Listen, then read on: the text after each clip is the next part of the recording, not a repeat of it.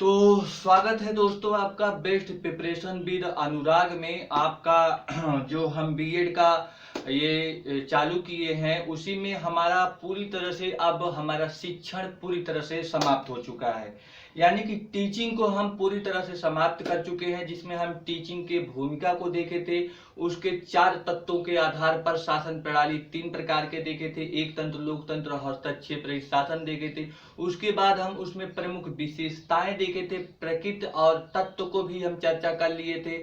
और फिर आगे हम आपके वहां पर परिभाषाएं देखे थे कि विभिन्न विद्वानों के हिसाब से जो परिभाषाएं होती हैं शिक्षण का, और शब्दकोश के अनुसार पर 3 प्रकार की परिभाषाओं की हम बात किए थे। तो जब परिभाषाओं को देखा था तो उसके बाद हम शिक्षण के विभिन्न प्रकारों की भी चर्चा कर लिए थे कि विभिन्न प्रकार से जो है शिक्षण के कितने कितने रूपों में प्रकार हो सकते हैं। तो वो भी हमने पिछले वीडियो पर डिस्कस किया था। आई थिंक इतनी बेहतरीन तरीके से आपको बताया है उसमें, यदि एक बार आप उसे देख लिए तो भूलेंगे नहीं। और यदि आप नोट्स बना लें या फिर 2-3 बार ही वीडियो को दोहरा के फिर से देख लें तो आपका एक तरफ से पूरी दिमाग में बैठ जाएगा। और ये टेट सुपर टेट में बहुत इंपॉर्टेंट चैप्टर है। यहाँ से क्वेश्चन उठाकर क्वेश्चन 2-3 क्वेश्चन या 1-2 क्वेश्चन जरूर ही पूछ लेता है शिक्षक से। आज का जो हमारा टॉपिक होगा अधिगम को लेकर होगा, क्योंकि शिक्षण और अधिगम ये आपको किसी अन्य जो से आपके कंपलसरी सब्जेक्ट हैं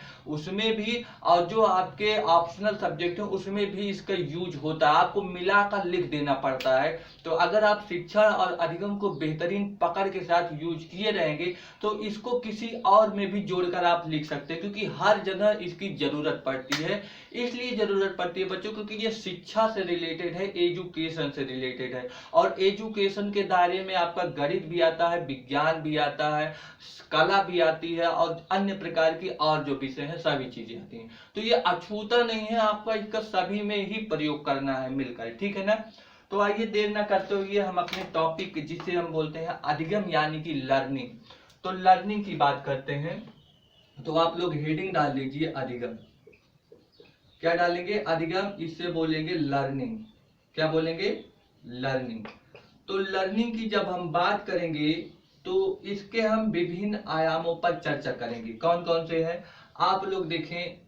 फ्लो चार्ट बनाए हम। फ्लो चार्ट इसलिए बनवाते हैं ताकि आपको माइंड में एकदम याद रहे, ठीक है ना। इसीलिए हमारा उद्देश्य है कि आपको कितनी आसानी से सरलता से समझा दें। यदि आप समझ गए तो हमारा पढ़ाना सार्थक हो जाएगा, इसलिए हम फ्लो चार्ट को बनवाते हैं, ठीक ना। रट्टाफिकेशन करवाने का हमारा कोई मतलब नहीं है। आपके दिमाग को बढ़ाना, आपके समझ को ही बढ़ाना हमारा मेन उद्देश्य है, ताकि आप अच्छी तरह से परफॉर्म कर पाए, ठीक।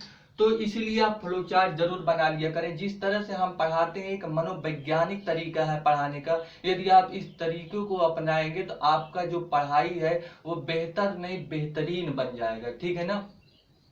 तो लिखें अधिगम में पहली जो बात करेंगे वो अधिगम को लेकर करेंगे, ठीक है ना। अधिगम को लेकर करेंगे। तो आइए हम पहले ही चर्चा कर लेते हैं अधिगम की बात। जब हम अधिगम की बात करेंगे तो अधिगम का मतलब क्या होता है? लर्निंग। क्या होता है? लर्निंग होता है। तो जब अगर लर्निंग, अधिगम का मतलब हो गया लर्निंग, यानी कि यह अधिगम अंग्रेजी के लर्निंग शब्द से निकला है। यह बात क्लियर हो गया। और जिसका अर्थ होता है, जिसका अर्थ क्या होता है? लर्निंग का अर्थ क्या होता है? जिसका अर्थ होता है सीखना। क्या होता है? सीखना, ठीक है ना। अब सीखना यानी कि क्या हुआ कि सीखने की व्यवस्था करना। सीखने की किस तरह से हम व्यवस्था करेंगे वही हमारा क्या कहलाएगा? अधिगम कहलाएगा। सीखने की व्यवस्था यानी कि हम अब सीख तो गए हैं, अब सीखने की हम क्या करेंगे बच्चों लोग? व्यवस्था करेंगे। तो आई बात ये समझ में, मुझे लग रहा है जो हम समझाना चाह रहे हैं वो चीज समझ में आ गया। तो यहाँ पर लिख लीजिए अधिगम। अधिगम अंग्रेजी के लर्निंग शब्द से बना है। अंग्रेजी के कौन सा शब्द? लर्निंग शब्द से बना है जिसका अर्थ सीखना है। जिसका अर्थ क्या है? सीखना है। ये बात क्लियर हो गया होगा कि जिसका अर्थ क्या होता है? सीखना है।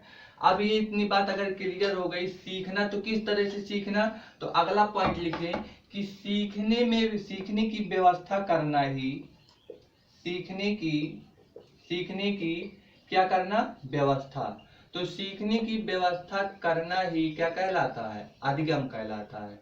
तो लिख लीजिए, सीखने की व्यवस्था करना ही अधिगम कहलाता है, अधिगम कहलाता है। तो अधिगम की पहले हमने बात किया कि अधिगम को लेकर जो बातें हैं वो हमने बता दिया, ये पूरी तरह से आप लोग नोट कर लिए होंगे। तो ये हमने समझ लिया अधिगम को लेकर, ठीक।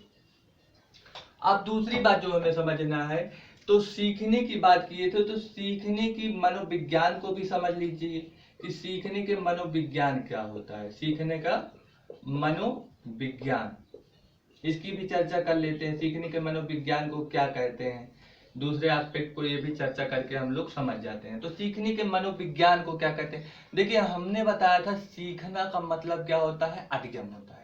तो इसका मतलब जब सीखने के मनोविज्ञान के अंतर्गत क्या होगा कि अधिगम का मनोविज्ञान शामिल होता है। क्यों, क्योंकि सीखने का मतलब है अधिगम।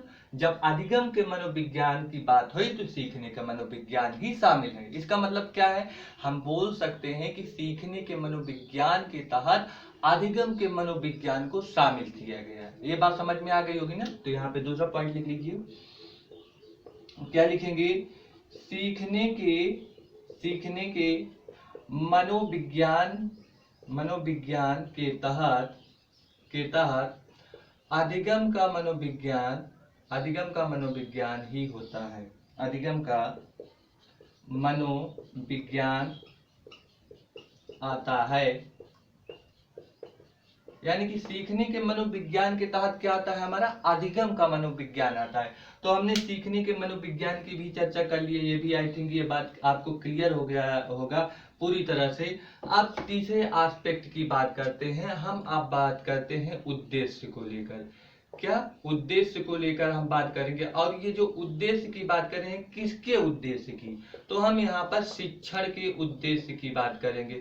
और शिक्षण का उद्देश्य कैसा होगा, शिक्षण का उद्देश्य सुव्यवस्थित और क्रमबद्ध, यानी कि एकदम अच्छी तरह से होगा। तो हम बोल सकते हैं जो शिक्षण का उद्देश्य होगा वो सुव्यवस्थित होगा।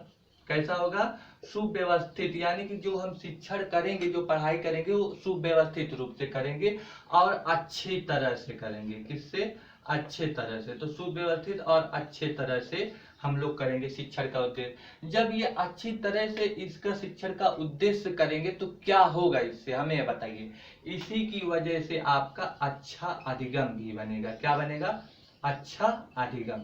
देखिए अधिगम की चर्चा कर रहे हैं, तो अधिगम अच्छा होने के लिए क्या चाहिए, अधिगम अच्छा होने के लिए आपका शिक्षण अच्छा होना चाहिए। क्या, शिक्षण अच्छा होना चाहिए। शिक्षण अच्छा होने के लिए क्या होना चाहिए, सुव्यवस्थित और अच्छी शिक्षण होनी चाहिए। ये बात इसके उद्देश्य में आता है। तो लिख लीजिए पॉइंट, क्या लिखेंगे, शिक्षण, लिखिए आप लोग, क्या लिखेंगे, अधिगम, शिक्षण के, लिख लीजिए, शिक्षण के उद्देश्य के तहत, शिक्षण के उद्देश्य के तहत क्या होगा, सुव्यवस्थित तथा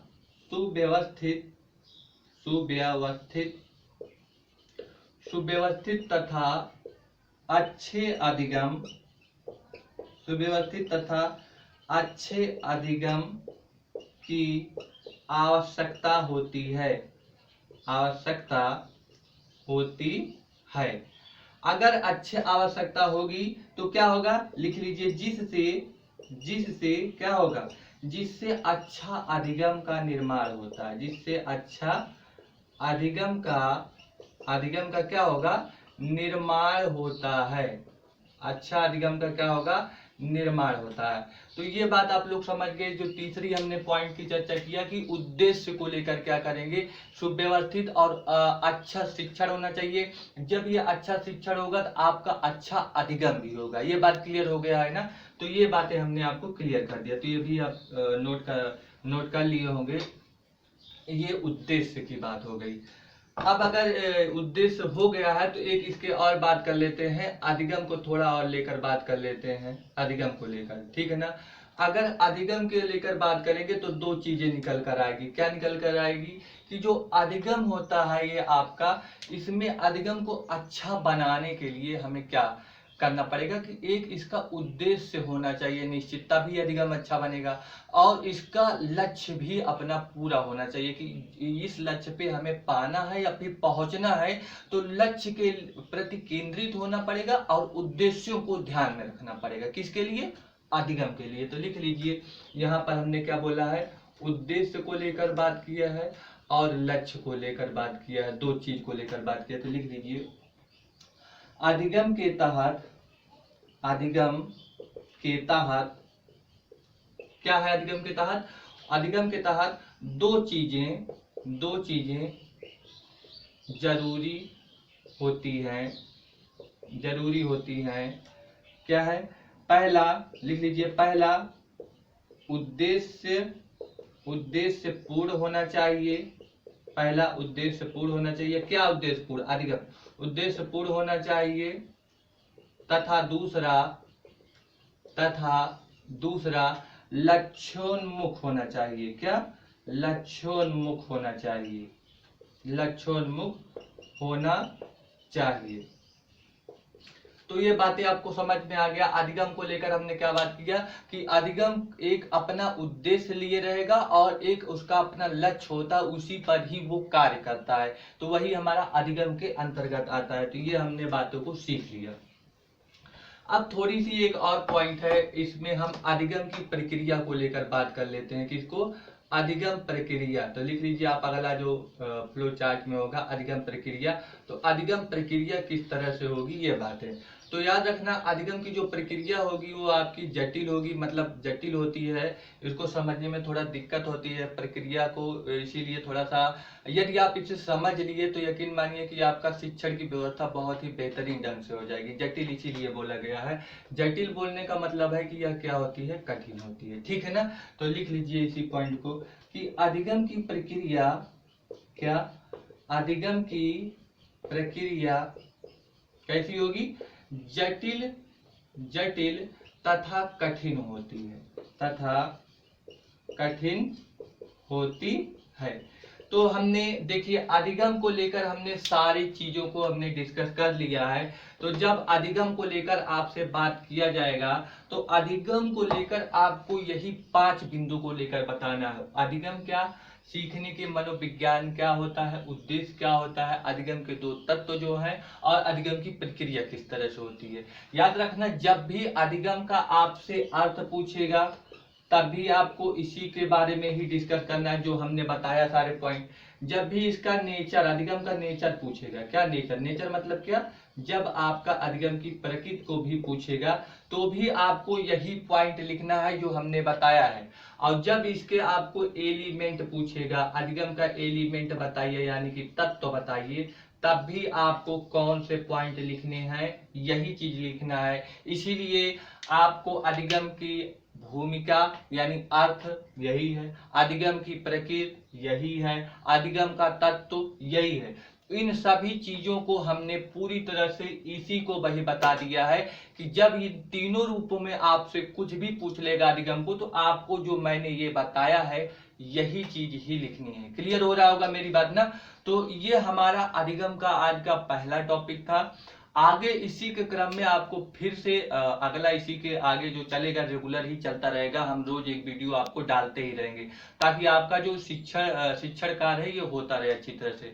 अगर आप लोगों को ये बेहतर लगा है तो आप सब्सक्राइब कर लें, ये चैनल आपको बहुत ही फायदा पहुंचाएगा, नंबर 1 बात।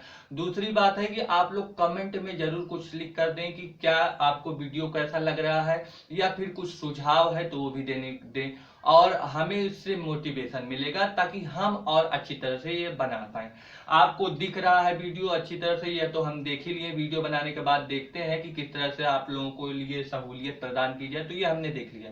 तो सब्सक्राइब खुद कर लें, और अन्य लोगों को जोड़ने के लिए आप शेयर जरूर करें। शेयर इसलिए करना क्योंकि लॉकडाउन का माहौल है, इसमें बहुत सारे विद्यार्थी ऐसे जो विद्यालय में नहीं जा पा रहे क्योंकि कोरोना वायरस का कहर इतना बढ़ता चला जा रहा है कि किसी से मिलना जुलना हाथ मिलाना भी संदेह पूर्वक कार्य हो गया है। इसलिए अपने घर में ही पढ़े रहें और पढ़ते रहें, अध्ययन करते रहेंगे। इसलिए हम बोल रहे हैं शेयर और सब्सक्राइब जरूर करें, ठीक है ना।